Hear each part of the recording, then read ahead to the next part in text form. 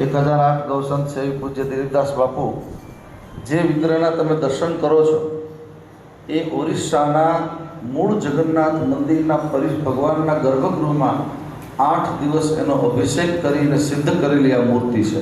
આ સાક્ષાત જીપ લઈને અને એમાં ભગવાનની 6:30 વાગે અહીંયા આરતી થશે। આરતી 5 મિનિટ જશે।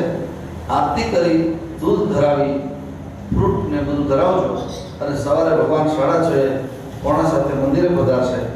મંદિરે ભગવાનની પહેંદ વિધિ થશે કે ઋષિ રાણાનંદે આવીને પહેંદ વિધિ કરશે અને પછી આપણી રથયાત્રા શરૂ થવાની છે।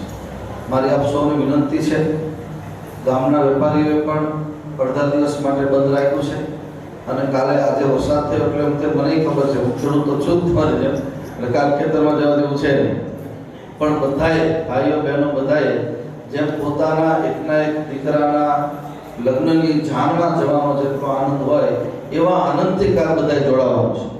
કારણ કે આ તો આખા જગતનો બાપ છે, આખા જગતનો દાદો છે। 33 કરોડ દેવતા અને 64 જોગણીઓની આપણા હિન્દુ શાસ્ત્રમાં વાત આવે છે।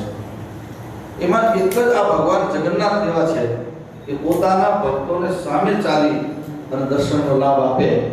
એટલે ભગવાન જગન્નાથ ચંદ્રગુપ્ત દાદાની કૃપાથી આપણા ગામમાં રાજમાર્ગો ઉપર ફરવાના છે। ત્યારે ભગવાનની રથયાત્રા મોટા મંદિરથી શરૂ થાય અને મોટા મંદિર પૂરી થાય ત્યાં આરતી થશે, પછી બધાએ પ્રસાદ લેવાનો છે।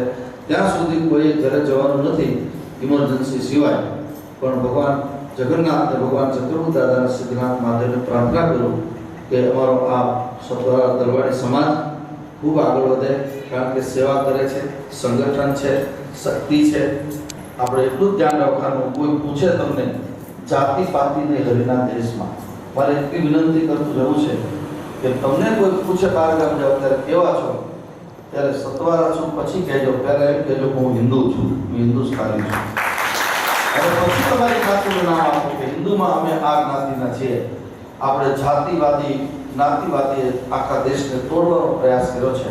સનાતન ધર્મને જાગૃત કરવો હોય, સનાતન ધર્મને જીવંત રાખવો હોય તો ભારતના આકાશમાં જેટલા લોકો રહે છે સનાતની છે, એ હિન્દુ છે, એ આપણે ક્યારેય ભૂલીએ નહીં અને એવા ગર્વ સાથે આપણે આપણા દેશમાં આપણા દેશને આગળ વધારીએ એવી ભાવના સાથે મારે ત્યાં